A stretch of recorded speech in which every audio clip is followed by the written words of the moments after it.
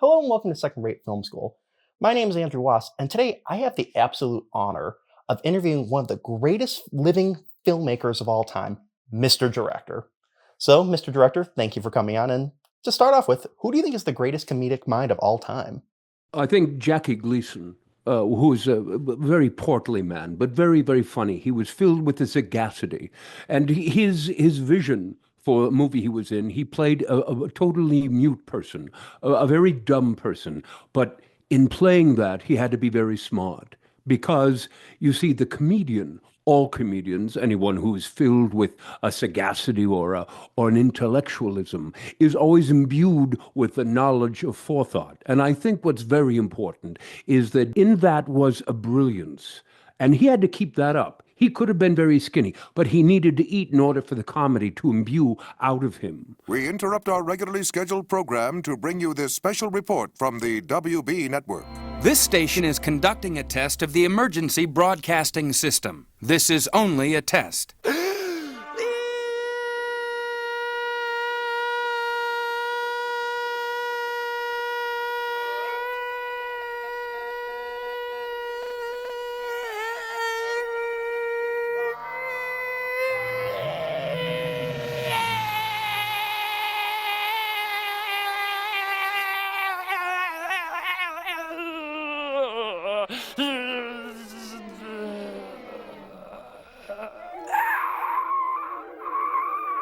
This concludes our test of the emergency broadcasting system.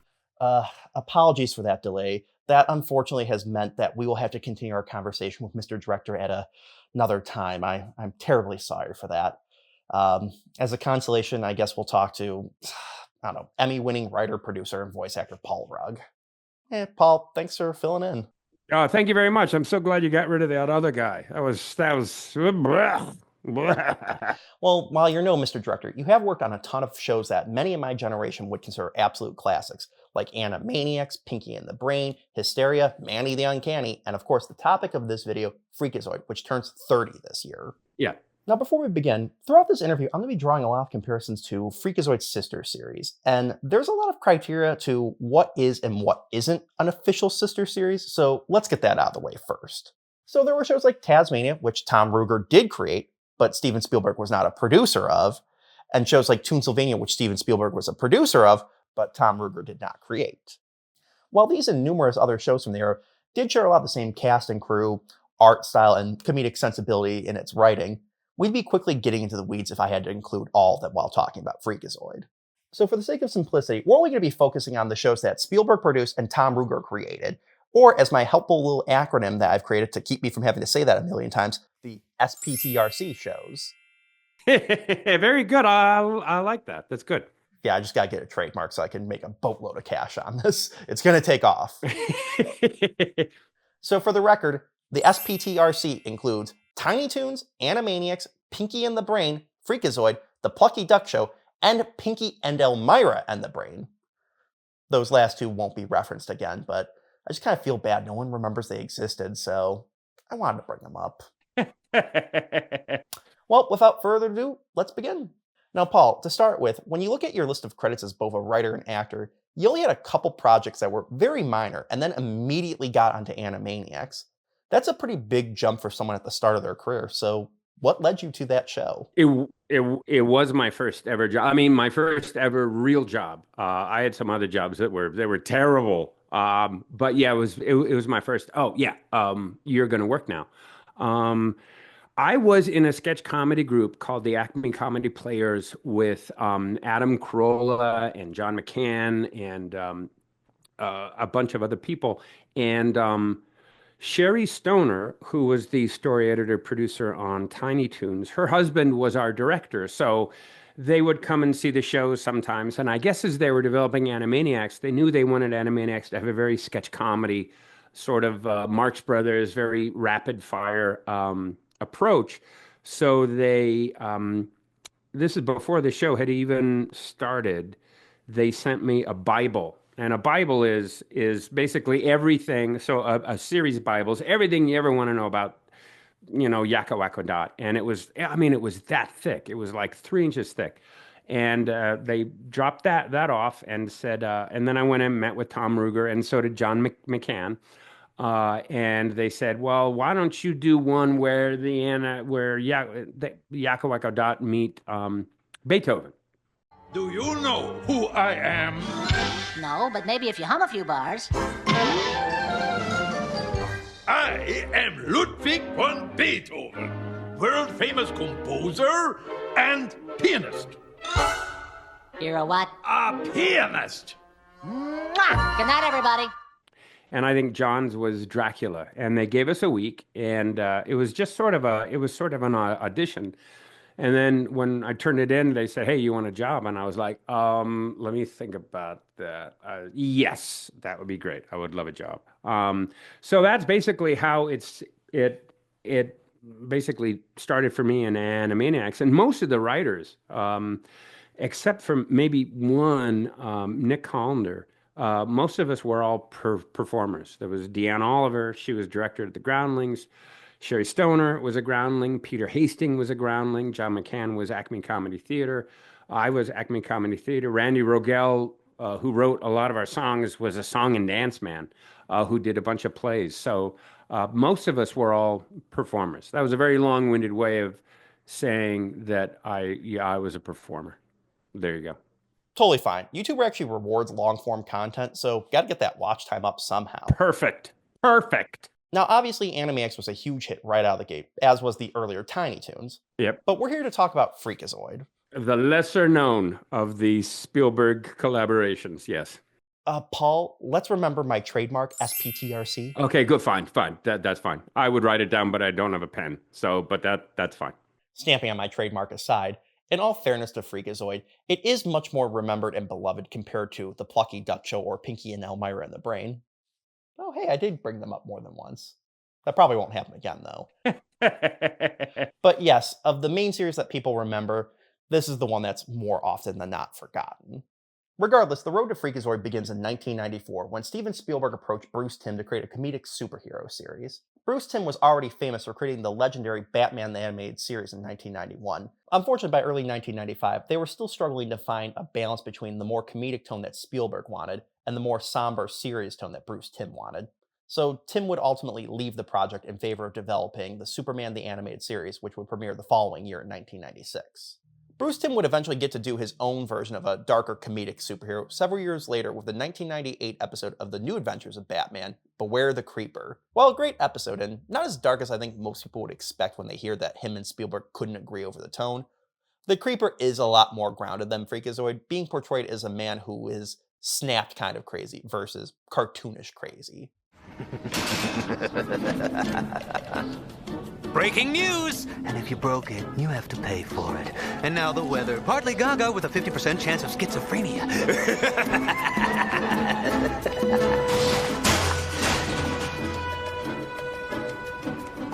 Feeling pretty good. For a dead guy.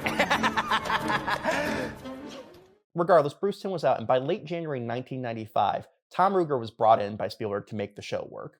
Tom Ruger, as previously mentioned, been working with Spielberg for several years on Tiny Toons and Animaniacs, but had also worked on Batman the Animated Series with Bruce Timm. Ruger had several story credits to his name on the series, including Pretty Poison, The Underdwellers, It's Never Too Late, and my all-time favorite episode, Beware the Grey Ghost, which starred Adam West. What are you talking about? I'm just an actor. The Grey Ghost was a part I played. West played Simon Trent, a washed-up actor who had portrayed the Grey Ghost in the TV series of the same name, which was Bruce Wayne's favorite show as a child. Bedtime right after Grey Ghost. Okay, Bruce? Decades later, when a criminal in Gotham has a plot similar to one that was featured on the show, the Dark Knight must team up with his childhood hero. You? Like you said, you need my help. It's a very sweet tribute to the former Batman and his legacy with the character all these decades later. As a kid, I used to watch you with my father. The Grey Ghost was my hero. So it wasn't all for nothing. This episode also, funnily enough, features future Freakazoid alumni Joe Leahy playing, appropriately enough, a narrator. The city is rocked again by the mysterious bomber. Our only hope, the Grey Ghost. Now, when you were brought onto the series, was there still debate to the tone of the show, or had it been firmly decided to be the comedic insanity we got? No, it's funny. While they were developing Freakazoid, and this was all going to be part of the premiere for Kids WB. Everyone's on a roll. Folks already enthroned and ready, and everything's out of control. We got Freakazoid and Slappy Squirrel. Couple of mice gonna rule the world. Yeah, we got WB. We're all having fun. It's WB. It's for you and me. We're number one when it comes to fun. We're the place to be. Basically, we knew that the association with Fox Kids was going to end, and there's going to be a big push for the WB's own network. So obviously having a show with Steven, another show, because Animaniacs was going to also be on that. Very heartless here at the Warner Brothers Studios, where something very big is happening right inside these walls. We've learned that the Warner characters are secretly forming their very own TV network for kids, and that's just the beginning. Rumors are flying that 3 of Warner's biggest superstars are leaving their old network and moving home to the lot. Who could they be? And why is a moving van pulling up to the water tower? Steven Spielberg will soon be unveiling his secret new creation, Freakazoid. But having another newly produced show with Steven was going to be a very big deal. So for months, we're in the hallways and it was hearing all about, Freakazoid, and it's crazy, and it's Bruce Timm, and it's Paul Dini. But I guess there was a lot of pain there involved too, because Steven was really, while I think he thought he wanted to do a superhero show with comedic overtones, he just really wanted to do a flat out comedy. So when Bruce Timm and Paul Dini sort of said, we're going to go over there and do Superman. Gene McCurdy had already sold Freakazoid. It was already going to happen.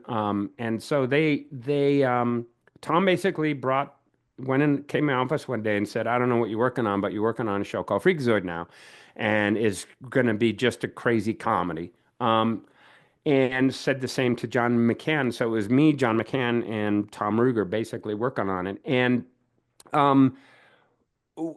it's funny. I didn't want to work on a superhero show, and I don't think John McCann wanted to work on a superhero show, and Tom Ruegger didn't necessarily want to work on a superhero show. So I think that just kind of made Freakazoid just be a weird comedy show. And see what makes him tick.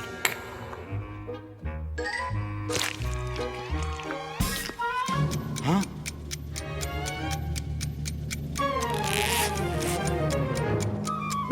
See, it's ticking! You said, let's see what makes him tick, and there's a ticking time bomb. Get it? Bye!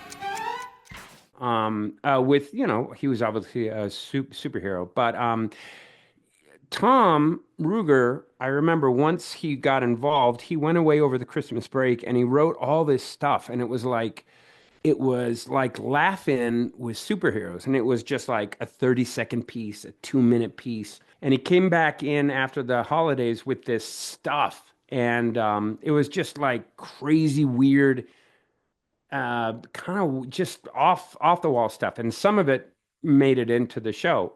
But I think John McCann, even though we didn't want to write a superhero show, we were sort of trying to figure out, how did Dexter Douglas become Freakazoid? How did, and we're trying to figure out all this like practical stuff. And Tom Ruegger was like, I could care less how he turns it. It doesn't matter to me. Let's start writing comedy. And we had from Bruce Timm, we know that there was Dexter Douglas and his alter ego was Freakazoid, and we knew there were some, other people involved in the show. We had the villains at that time, but we didn't know anything else, and we just started writing. I think the first thing I wrote was Candlejack. Candlejack! I'm gonna need more rope. Scream. Oops, sorry. But that was my first thing. John McCann's was Dance of Doom, and we were just in separate offices, just trying to write, what we thought the show was. So anyway, another long-winded answer to you, but yeah, we were going for comedy all the way. That's interesting to see how quickly it switched gears from being dramatic to being zany. Though with the premiere date being under a year away, which is basically unheard of in the world of animation to be this far along and still have nothing to show for it. Yes, yeah. A fact they actually lampooned in an early ad for the show. Out here, we're on vacation. We have left work behind. So we don't have any clips to show you from Freakazoid. Coming this fall to Kids WB. We'd better get to work. You can see how they had to make that decision quick and hit the ground running. Now, on the topic of the changeover from the Tim style to something closer to what we'd already seen on Animaniacs or Tiny Toons, over the years, some of the original character designs have been released. And you can see the initial style for the show was much closer to what would have been seen on Batman compared to something on the SPTRC series. I'm going to make that work. I swear to God I will make that work. While the finalized versions of the characters that made it to air did move considerably away from the Tim style, I should note, though, that they're not completely in line with the other SPTRC shows as well. Oh, yeah.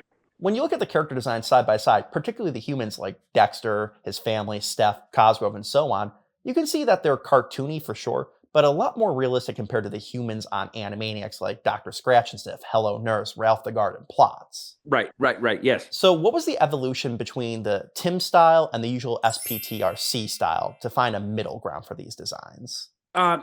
So Tom hired Mitch Shower, who went on to do Angry Beavers, and they sort of modified the characters gradually to be more accessible comedically, I guess.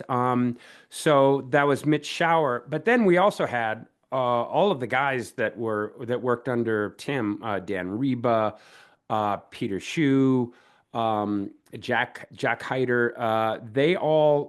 They sort of came with us, and so I don't know how it gradually sort of softened the look a little bit, but all the guys that worked on it, those were all Bruce Timm directors, and ultimately at the end of the day, I think that really worked out for us because while we were doing comedy, they were attempting to do something, that looked really good and was cool, and the fights were real.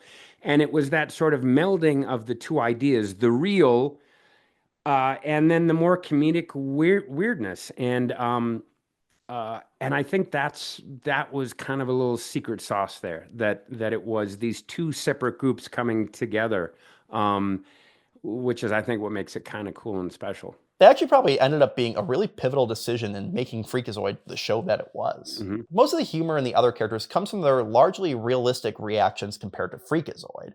You never saw Duncan jumping out of his skin, or eyes popping out of his head, or jaw hitting the ground. Right. The humans, for the most part, though, acted like real humans. Incredibly dumb humans, but a lot more realistic than the humans on Animaniacs. Right. No more gags, jokes, or monkey stuff. Define monkey stuff. Yeah, the monkey stuff, the monkey stuff. You walks around like a silly monkey. And you be all goofy like a monkey. That is the monkey stuff. Listen to your father, Katie. He's got years of experience. I know how to drive, Mom. I know how to drive. I know how to drive.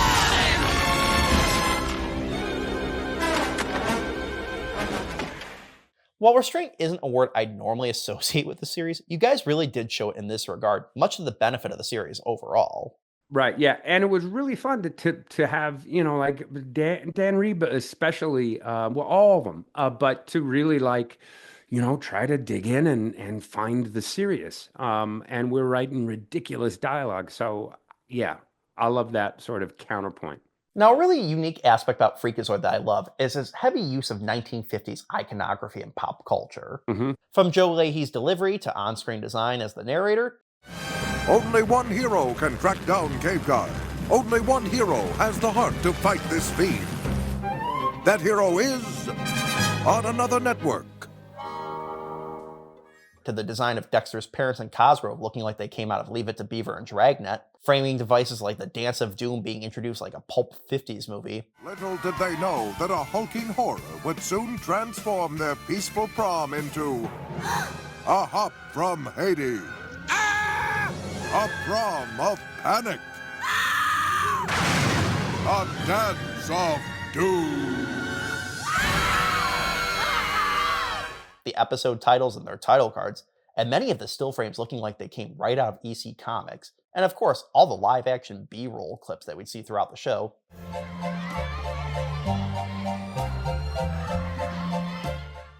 And of course, the musical design.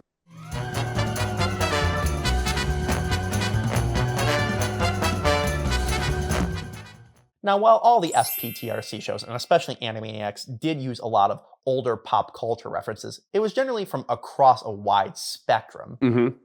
What kind of person would blow up our lab? That clown from Washington, D.C.? Newt Gingrich? I act like a nut, so they call me macadamia. I dance like a klutz on a show called Animania. Am I a cutie? Absolutely. And a beauty, you can bet your patootie. But if you touch me or even get near me, I'll have you arrested. Do you hear me? Dot is a nut, so they call her macadamia. She's cracked in the head and kooky in the bradia. Each line in the song sounds pretty much the same. Oi, macadamia. Snakes everywhere! Yeah, tell me about it.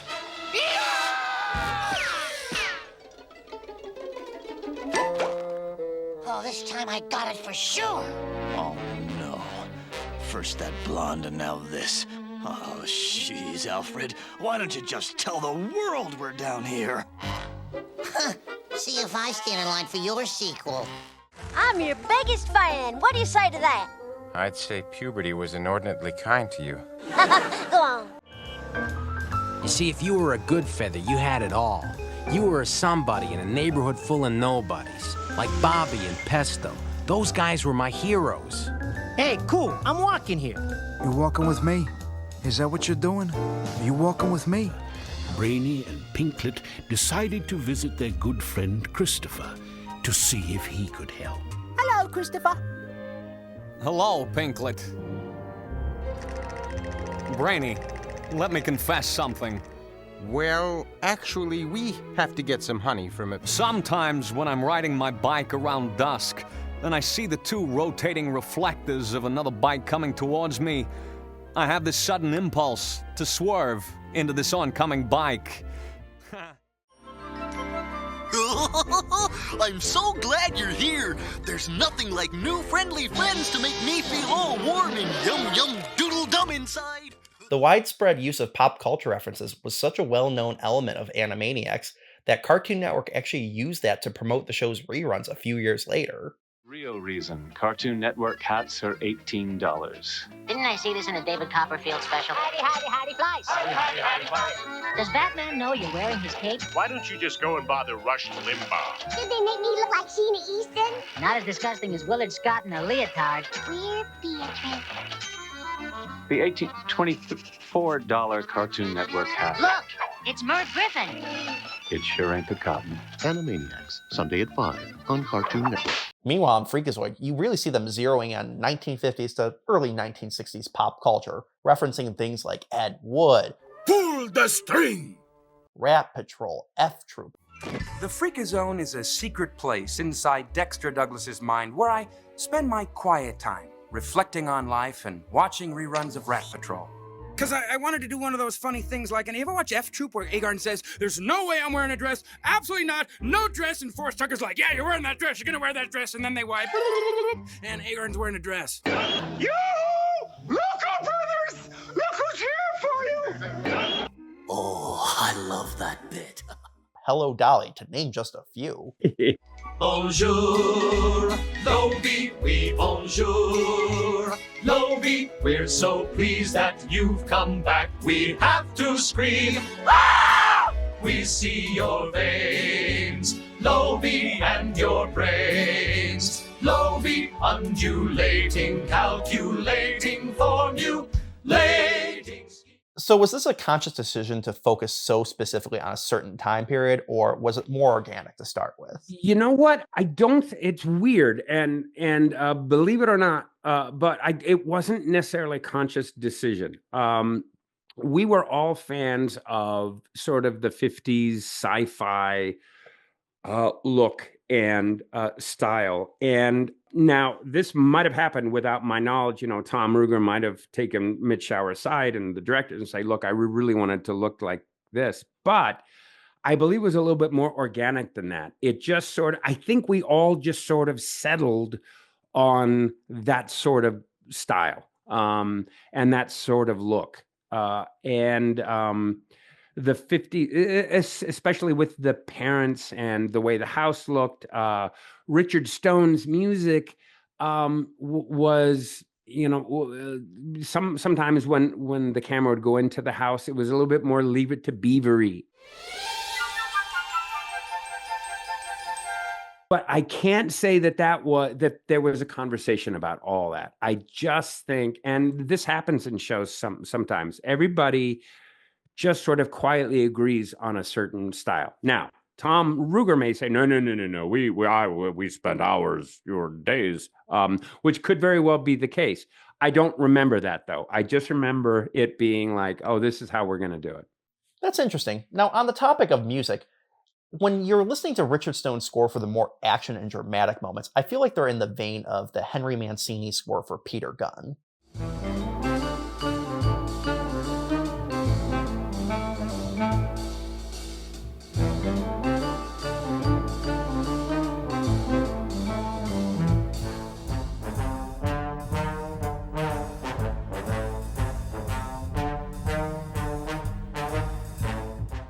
You also get the real big band feel in the season 2 song, Where Did He Go? That Invisible, complete with Andrew Sisters-like performers. Where did he go? That invisible. He's a power-hungry cook with a scepter full of juice. So tell me, where did he go? That invisible. Drinking up all the water, cheese and nutcakes on the loose. So tell me, did he go back to his sandy tune? Yeah. And what was great about Richard was every different cartoon or every different episode or short, Richard would play around with a different style. And I remember, especially in the second season, sometimes we'd say, Richard, let's not have any music to cover this part at all. Like we did, I know we did. We did a parody of Amadeus. And at the very beginning of that, we were trying to be as true to the movie as we could. So we pulled out any music and just had sound effects as these two guys walk up these, creaky stairs and stuff.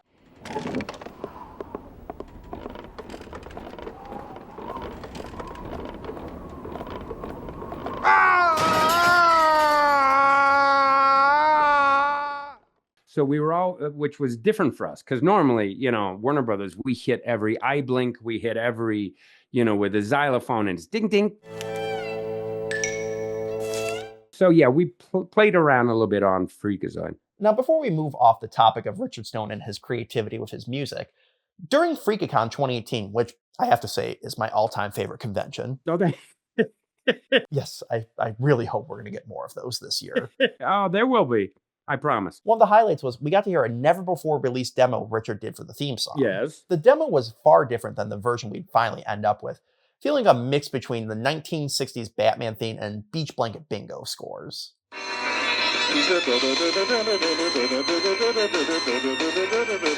Freakazoid. Freakazoid.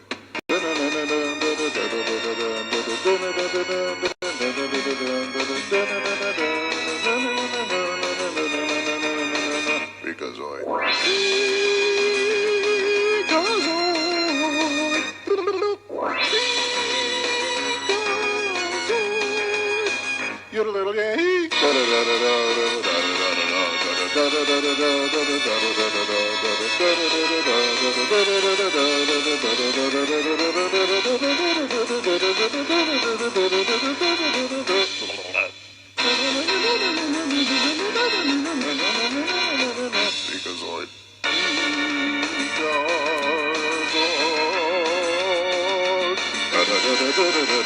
Freakazoid. So was this theme song passed over in favor of the version we ended up with because it didn't fit nearly as much into the 50s style as the finalized version? You know what? I think it was just, Richard would come up with a lot of different stuff. And it would all go to Tom, and Tom would eventually say, I like B, it was just with Richard, it was always just an abundant of riches. And it was like, these are all great. I want to go with this one. So yeah, I think that's how the other one was chosen. Now moving away from pre-production to the production itself. In this era of animation, you tended to not see the producers, writers, or creators getting nearly involved as heavily in the voice acting as well as you might today. Right, yeah. There were exceptions, of course, like Bruce Timm in the Beware the Grey Ghost episode of Batman the Animated Series. See, I need the money to buy more toys. I love toys. They can play songs. They can dance. They can even eat money. Oh boy, can they eat money. All my money. Paul Dini's expendable lad in Freakazoid. Though Freakazoid eventually won the battle, tragedy struck when expendable lad was severely milked. And Tom Ruegger appearing a handful of times in Animaniacs. Brain, you're here. Great, and only 45 minutes late today. You leave. But Brain, I'm the producer. Then leave very quickly. But those were either one-off characters or quick cameos. The largest roles in this era that come to mind is Mike Judge as both Beavis and Butthead on Beavis and Butthead, Hank and others on King of the Hill, and in the world of the SPTRC shows, Sherry Stoner as Slappy the Squirrel, and of course, you as Freakazoid. Mm-hmm. Now, you had done voices in a handful of episodes of Animaniacs, most notably as Mr. Director, Mr. Clown, and one-off characters like Einstein. I am Albert Einstein, world-famous physicist. Oh, I've never had a cyst, but Wacko's got a wart you can look at. Ew. And you would go on to perform in a number of other series, but prior to this, you had been mostly behind the camera, or pencil. So how did you make the jump from exclusively reoccurring characters to the star of the show? So when we were writing, we had the two scripts done. I think it was Candlejack and Dance of Doom, and we pulled out some lines from that, and then we held auditions. And we had told everyone, unfortunately, we had told everyone, this guy's crazy, because we didn't really know what else to say. We didn't really know what the tone was. So we put the net out for, he's nuts, he's crazy, he's wild. And we had some major big time actors come in, voice actors for days. And everyone was doing sort of like The Mask. It was crazy, it was nuts, and it never stopped. And we realized, oh man, we've said the wrong word to everybody. It's not crazy. It's not that at all. It's slower than that. And so Tom Ruegger said, Paul, why don't you get in the studio and record what you think it is, and we'll sort of give that to we'll use that as sort of an outline to give to the other actors, or let's just get in there and figure it out. So I went in there just to sort of lay down some tracks and stuff. And Tom and John McCann and Andrea Romano, they were on the other side of the glass, and they just kept going, okay, now try it like this. Now go off, go really crazy, and now come back and be more normal. And that was Dance of Doom, I think we recorded. And then Tom did a silly thing, and he sent that to Steven. And Steven said, this is just have Paul do it. And I was like, oh, ew. Because but at that time, I just wanted to write and produce it and sort of help it all along. And I knew doing the voice would now separate me a little bit from sessions. Now I'd have to be in the session.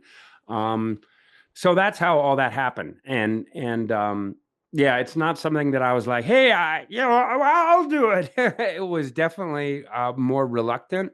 But then as we got into it, I really started having a great time. But it wasn't very fun at the beginning, because it was like, it's a Steven Spielberg show. We're already late. We're probably not even going to meet our deadline. There's going to be a lot of pressure, and you got to keep writing scripts, but you got to, when you go in the recording booth, you got to know what you're doing. And so it was a lot of stuff at once. And then we just started relaxing and having fun. So yeah, that's how it occurred. That's crazy that you were originally just doing a template for someone else to follow, but it was so spot on that you just had to have the role. I mean, right from the start, you were great. I mean, you still are great. Thank you. Thank you. But when you look at that first sequence in Dance of Doom, just having Freakazoid going on and on, yodeling.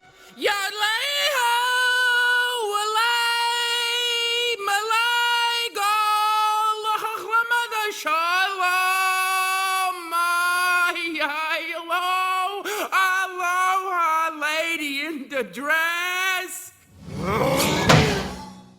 Singing, leading everyone to go shh, shh, shh. Stop the singing now, and the singing song. Stop, go. Enough with the song. Stop. Bring it down. Calm down. Stop. Shh. Everybody's go with me. Shh. On this side of the room. Shh. Everybody down. It's just pure comedic genius. Like, I hope I can show a good chunk of it in this video. I'm sure Warner Brothers is probably going to slap copyright strikes all over it, but I'm going to try, damn it, because this is just pure insanity and perfectly encapsulates why this show is so funny. Yeah. I think the sequence in Dance of Doom is the greatest comedy bit in the SPTRC series and one of the greatest comedy bits in TV history in general. Oh, thank you. The fact that you guys were writing this for children but allowed to get that far off the rails is so perfect. Well, yeah. So I remember that session. I mean, again, that's that day I went in, and when it came to that part, low bridge, everybody down, low bridge, everybody. Tom kept going like this, like do something there. Low bridge, everybody down. Low bridge, cave guy's underwear is brown, brown. It looks like he's got the cooties, ooty, goodbye. And I just started doing, the whole, and I started doing the Jerry Lewis thing, and everyone in this side of the room goes shh. And I was like, what am I doing? This is just what am I doing? So I did it, and when it came back from being animated, we were already, 5 months into production. I didn't really know that Tom had taken all that and we were going to animate that. I thought that was just weird. And when I saw that, I go, oh man, I'm dead. I'm dead. But it became like, yeah, okay, this is how Freakazoid is. But yeah, that was that's all due to Tom Ruegger just sort of going, this just go be weird. Really, really weird. So that's what we did. And I think that weirdness might be the secret ingredient to why the show is so great. To prep for this interview, I watched the entirety of the series in a matter of a couple of days, and not once during that binge watching did I ever get bored. There wasn't a moment where I'm like, oh, this show's becoming repetitive or stagnant. It was just as good the entire way through. And when we got to the last episode, which we'll talk more about in detail later, I had just as much fun watching that as I did the first episode. Never a dull moment. Now, I think a lot of that weirdness comes from what David Merkin would later describe as the humor of The Simpsons as having. A ton of screw the audience jokes. Yeah. That basically being where you set up a plot or joke where the audience expects it to go one way and then it pivots into the exact opposite direction. We better find a motel and stop for the night. We don't need to do that much. I'm not tired. I'm not tired at all. Whew, glad that wasn't us. There are numerous examples of this throughout the series, but a few of the highlights are Freakazoid running around like a little kid when we know he can run super fast, the Handman segment having several off-ramps for an ending but continuing to go on, the Lobe doing an elaborate song and parody of Hello Dolly, or characters like Lord Bravery and the Huntsman's entire existence being stymied by their roles as superheroes but never being allowed to perform any heroics. Put me to work, Lieutenant King. I'm ready to battle crime. Sorry, Huntsman, but nothing's cooking right now. Is that why you haven't sounded the horn of urgency? What can I say, Huntsman? I'm 21 years on the force and I've never seen things this slow. It's sort of a crime downtime. Darn it. Well, then maybe I'll go visit my brother. Yeah, sure, why not? I think the best example of this comes from the season 1 episode Relaxovision, where the entire gag was the network wants to cut down on cartoony violence. So anytime anything objectionable happens, it would cut away to 50s B-roll footage while the theme from A Summer Place plays. No! Stay away! No! No! Ah! Effectively kneecapping the segment. Yes. As we see, Freakazoid even says the fight he just had with several of his greatest foes was so action-packed it blew through the budget of the rest of the season. Uh-oh. Now it's our turn.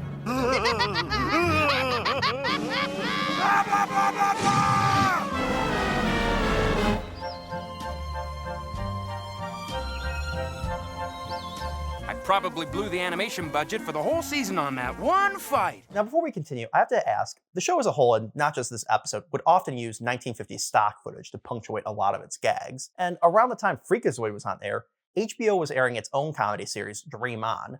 That show also used a lot of 40s and 50s movie clips to punctuate its own comedic moments. Is there anything you don't understand? I mean, you got any questions? Yeah, actually I do. Shoot. What's cunnilingus? So was that an inspiration at all? Yeah, nope. Reason we did it is, and I don't think I was in the editing room on that day, but we had an editor named Al Breitenbach, who should be credited with just like, he's an amazing guy. And he found, and I think Ruger might have said, hey, in this one, give me a little weird thing. And he had access to the Warner Brothers archive library of stock footage that wouldn't cost us a dime. And Al started very slowly putting some of that stuff in. And then we all wanted to put stuff in. We used a lot in the second season, but Screamo-Vision, we found a woman screaming. And I wish I could say, it started on this day that we started doing that. I think it was an idea, from Al Breitenbach to throw it in. And from there, we're like, oh, yeah. Oh, this is fun. And Relaxovision, I think that was all Ruger and Dini to just, again, just have a lot of fun with it. And Al found just amazing stock footage. And so that was, I think it started as a one-off, the same way Ed Asner started as a one-off as Cosgrove. Hey, Cosgrove, what do you think I should get Steph for Christmas? Get her something a girl would want, like banjo lessons or a new turban. What about perfume? I never use the stuff. It's for girls. See ya. But once we heard him do Cosgrove became part of the show. I mean, like I said, there wasn't a lot of material for Freakazoid. It was like we didn't know what we were doing. But as we would go on, we go, okay, that stays. Ed Asner stays. The stock footage stays. They were all voyages of discovery. Let me put it that way. It was like, oh, I didn't know that was going to work. Okay, let's do more of that. It's funny that you mentioned that Cosgrove was supposed to be a one-off character, because outside of Freakazoid and Joe Leahy's narrator, Cosgrove is the character that appears most in the series, appearing in 20 out of 24 episodes. Yeah. Heck, besides Paul and Joe Leahy, the only other actor who appears more in the series than Ed Asner is Tress MacNeille, and she's playing a whole host of smaller characters. Right, yeah. So you can't even really call him a cameo or a guest star. He's one of the leads. Yeah. He had come in. So John wrote Dance of Doom with Cosgrove. Andre Romano had Asner come in and read it. And I've told this story before, but so as Ed, so normally when you come in and all the actors come in, all the mics are on, and we're all in the other room, sort of talking it over, and the mics, and they're doing mic checks, and Ed, when we started doing Ed's mic check, he just was like, "Hey, Freakazoid, you want?" He wasn't acting. He was just, "All right, hey, Freakazoid, you want to go get a mint?" And John McCann and I and Andrea and I think Tom was there, and we all went that right there. What he was doing, and Andrea said, "Hey, Ed, you know what you're just doing? Can you just have that be Cosgrove?" He goes, "What?" What was I doing? I was just reading it. And we go, "Yeah, just that. Just keep no acting. Just be that guy." Nothing will stand in my way. Hey, Freakazoid, want to go out for a mint? Okay. So that's how Cosgrove came to be. Like I said, Freakazoid was a bunch of happy little accidents. And I used Joe Leahy on an Animaniacs once called Wally Llama. The Himalayas, the largest mountains on the face of the earth. And here, high atop Mount Gesundheit, lives the wisest creature in the world. The great Wally Llama, knower of all that is knowable. People from all over the globe seek his advice, for there is no question he does not have an answer to. It was an old voice actor or old announcer who was Paul Frees. And Paul Frees was the voice of Haunted Mansion. He did a ton of stuff at Disneyland. Welcome, foolish mortals, to the Haunted Mansion. I am your host, your ghost host. No fear have ye of evil curses, says you. Properly warned ye be, says I. Who knows when that evil curse will strike the greedy beholders of this bewitched treasure?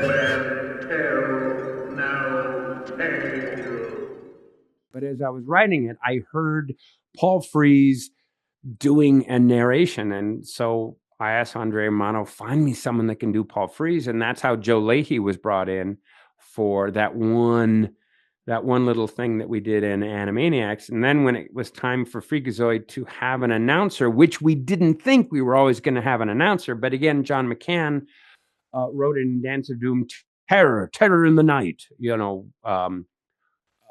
and we brought in Joe Leahy to do that. And then on that episode too, it was like, oh, Joe will now be a part of everything we do. The device of using Joe Leahy to sort of spell stuff out was just kind of magical. It was like, oh yeah, let's just do this all the time. So again, not really planned. Once we heard it, okay, yeah, that's it. That's actually really interesting because when you look back at it in retrospect, it's very clear he was just supposed to be a one-off gag. Right. As the narration continues, we pan over to being revealed that the narrator is just a puppet, which looks nothing like Joe's eventual design, and that Freakazoid is actually the one controlling him. Yeah. So it's not the Joe Leahy that we see in the rest of the series, it's just Freakazoid goofing around. Yeah. Which of course leads to Freakazoid quoting Ed Wood, a reference that I'm sure every kid got. Pull the string! Pull the string! Pull the string!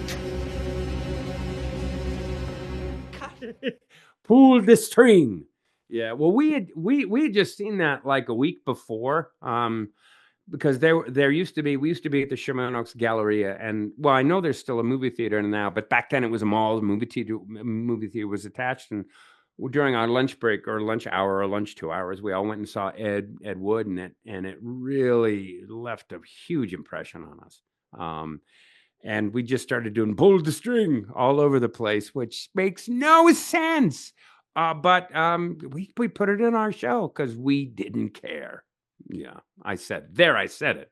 Yeah, it didn't really make sense for the target audience, and I'm sure even a lot of the older audience members didn't get it back then. It wasn't until years later when I got the DVD set, and yes, I'm an old man who loves physical media, but I will never get rid of it. Oh, awesome. Where you mentioned on the commentary track where that joke came from, and because of that, now Ed Wood is one of my favorite movies. Yeah, it's awesome. It's also funny because I live like a mile away from the Sherman Oaks Galleria. Oh my gosh, oh wow. So I missed being able to hang out with you guys by like 20 years. We had so much fun at that mall. Whenever any of us had writer's block, which was every 5 minutes, we would go down, walk around. There used to be a pet store there, and we wander in there. And then there was an arcade, and we would wander there, play hours of air hockey. And it was so funny because and we're not just doing it to screw around. We're literally doing it because we're at a point in our scripts where we don't know what happened next. And it was always really funny when one of us is doing something in the arcade or walking around. It was like, I got it, and run. Because the brain keeps churning and working around and stuff. So yeah, a lot of our best stuff happened just walking around the Macy's there and just, whatever, the food court. Yeah, it was fun. See, we just got to go there and put plaques all over where these great moments were. Yeah, that they should. Like, here, Relaxovision was created, or on this spot, Hello Lobi was pitched. Yeah, we came up with a bunch of stuff. I mean, got to do something to fill up that space. It's a ghost town.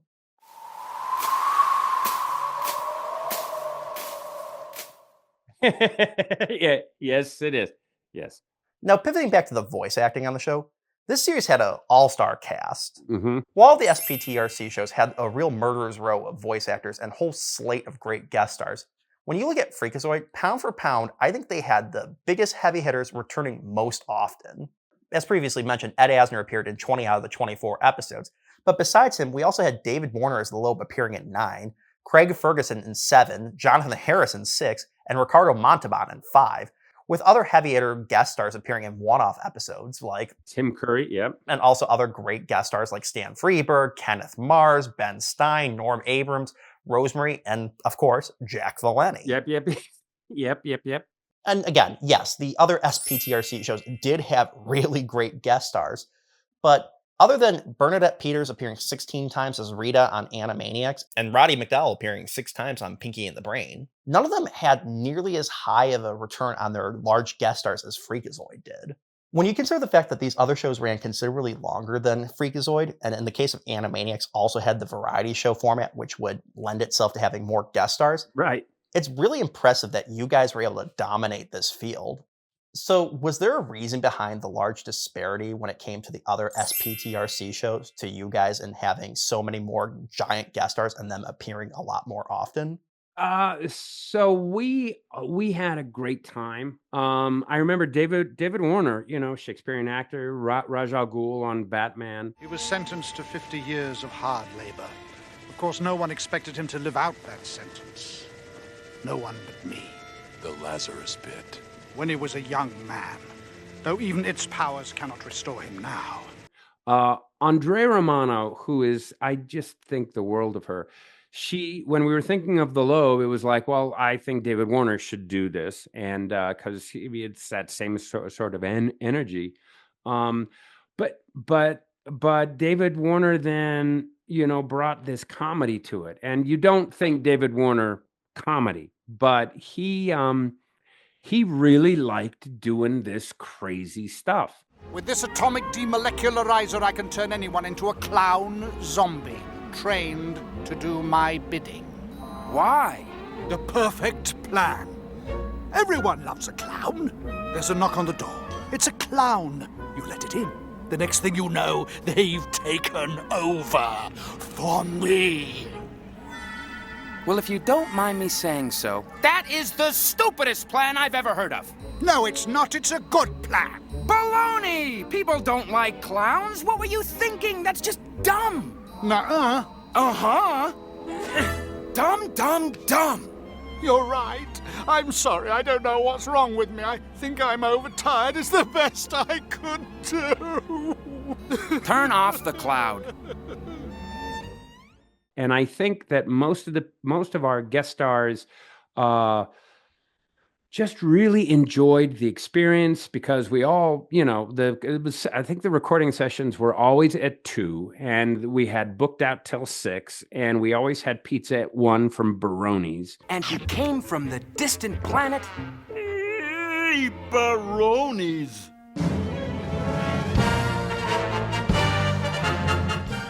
Like Ed Asner would come at 1, David Warner would come at 1. If we had guest stars, they would come at 1:15, and then they would all hang out in in the lunchroom, and it was just a lunchroom. It was just a stupid little lunchroom, eating pizzas, talking, reminiscing, whatever. It would be like 45 minutes of fun, and then Andre would come in and go, "Okay, guys, we got to record the thing." And they'd be like, "Oh, okay, because we're having fun here." The other thing I will say is that this was back in the day when we would record as a cast, which it really isn't done anymore. Now it's like, hey, Andrew, come on in. We'll record you from like 1 to 120 and we'll get all your lines, which is a horrible, unpleasant way to work. But Andrea would bring, we had everybody in. I mean, it was Tim Curry, it was Jonathan Harris, it was everybody sitting in an arc, and we would rehearse it once, which is unheard of. You don't ever rehearse, but we would all sit there, and Andre would sit in the middle and go, okay, and then you say, and you could tell everyone during the rehearsals, I was like, oh, I'm going to do that line better next time. I'm going to be a little sillier there. I'm going to do this. I'm going to do that. So when it finally came time to record, we wouldn't do, all right, your line, now your line. We would just run. We would just roll. And sometimes we get a page and a half in, and clearly someone made a mistake, and Andrea would note it. We would all note it, but we would keep moving, so that it was more like a radio play.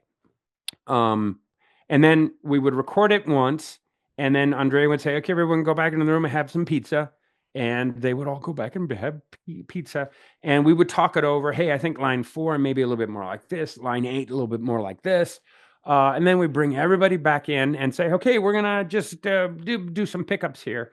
And that was sort of how we did the show. And like I did a show called Dave the Barbarian for Disney, which was like that. There are some others where you bring in most of the cast, or some where they do it, but cast recordings were a hoot. It was a party. It was so fun. And I think people like David Warner just started having a great time, and he was filming Titanic. I think they were doing the sinking of the ship at a tank in Long Beach, or they had built something in Long Beach, but he would drive all the way from Long Beach to Toluca Lake to record. He would have it built in his contract. He would have 4 hours to go do that. So, he's making a major motion picture. He's the villain in a major motion picture, and he would come and drive and do Freakazoid. And we had Ricardo Montalban, and Ricardo Montalban was, when Andrea said, hey, I think I can get you Ricardo for this role, I was like, well, I don't think you can get Ricardo Montalban for this role. She goes, yeah. So she sent him a script. And I guess he was in a place where he was in a lot of pain. He had a surgery that went wrong, and his doctor said, I think you should get out of the house. So next thing you know, Ricardo's now doing our show, and he's having a great time. Freakazoid, help me. Would you let your father fall?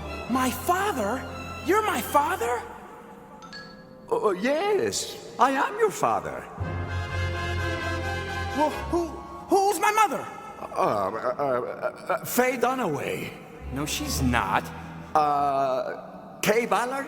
Kay? Nah. Would you believe Sandy Duncan?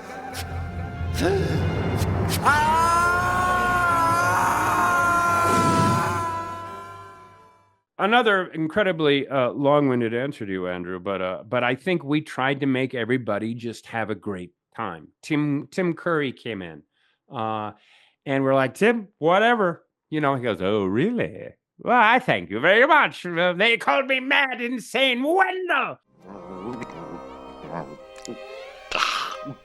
They called me mad, insane, Wendell. They barred me from the universities until I had no choice but to flee here and conduct my research. Well, who's crazy now? Who's mad now? Try the casserole, Freakazoid, before it gets cold. And we're just like, yep, awesome. We didn't really ever direct anybody too much into what we wanted them to do. I made them at Steak once with Ricardo Montalban. I went in, I was like, look, Ricardo, what we're really trying to do here is you're like Khan from, Wrath of Khan. And so that's why, and he goes, Paul, my friend, I understand the joke, and I never said anything to him again. And then I'll just tell you one more story. It was my favorite Ricardo story. I wrote Hero Boy after it was ready to be shipped. Rich Aaron said, Paul, we're short a minute. And I was like, what? No, how can we be short a minute? He goes, well, we're short a minute. You wrote a very short episode. So I was like, oh, what are we going to do? What are we going to do? What are we going to do? So I was like, oh, I know. Let's have Gutierrez show his all-time favorite bloopers. So it was like, but how much time do you need? I need a minute and a half. Okay, fine. So Al Breitenbach found all these bloopers, cut them together. I looked at them. I wrote this little thing, and we had Ricardo Montalban come back in after the show was already done. And we said, Ricardo, we're going to show bloopers. And he goes, I understand the joke again, my friend. I think I understand. So we just started running it, and we were doing ADR. And I have tears dripping out of me because Ricardo was like, this jaunty fellow is, he was so funny. And Bruce Timm was doing Superman in the other studio, and he came in, and I knew we had done something right when Bruce Timm was staring at us in hysterics. And I go, we have won Bruce Timm over. Now, this jaunty fellow is going his merry way when suddenly, look what happens, and he doesn't even realize it. Hey, chubby boy, where is your donkey? Here, two men are trying to get into the same pair of shorts. Now, look at this duck. It's just a duck. Oh, no, my friend. It's a plain old duck. No, it's a very special duck because there is a guy in it. And Ricardo, he would just come in and have such a great time. And he knew the joke. He understood everything we're going for. So anyway, that's my Ricardo story. I wonder if part of the reason the voice actors gravitated more towards Freakazoid was the length of the episodes as a whole. I mean, you look at all the episodes Ricardo Montalban appeared in, they were all full-length episodes. Mm-hmm. Same with Tim Curry, Jonathan Harris, and most of the other big guest stars. David Warner had a few of his appearances in season 1 where he would have to share the screen time with other segments, but even then, his segments usually were the lion's share of the episode. Mm-hmm. So maybe the longer episodes and segments allowed them to feel more creative in their performances compared to the shorter segments in the other SPTRC shows. So I tend to agree with that. Like I said, while I'm a big fan of the first season, the writer in me is a bigger fan of the second season because it allowed us to really go for broke in weirdness and have fun and have things go extraordinarily long. Overstay our welcome with a joke and then come back again to it. And it allowed the actors to really get into it.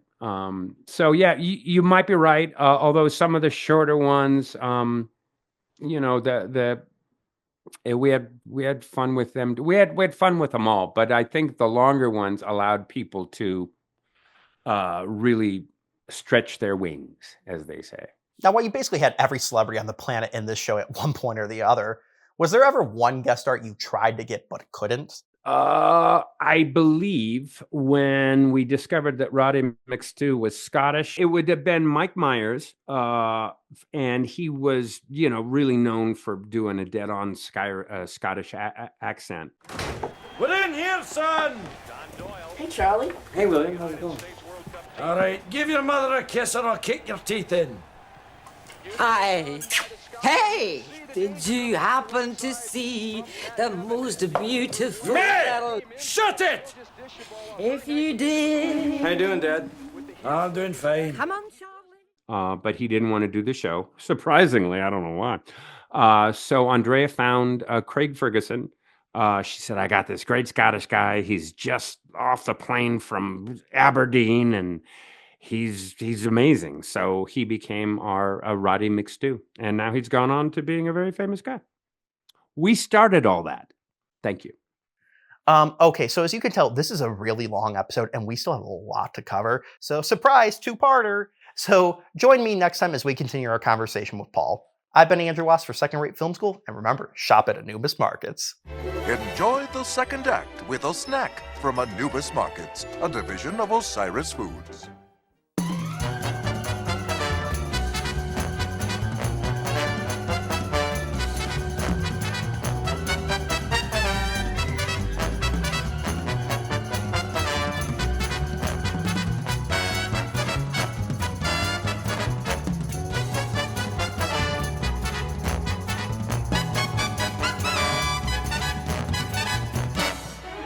We're very proud of that.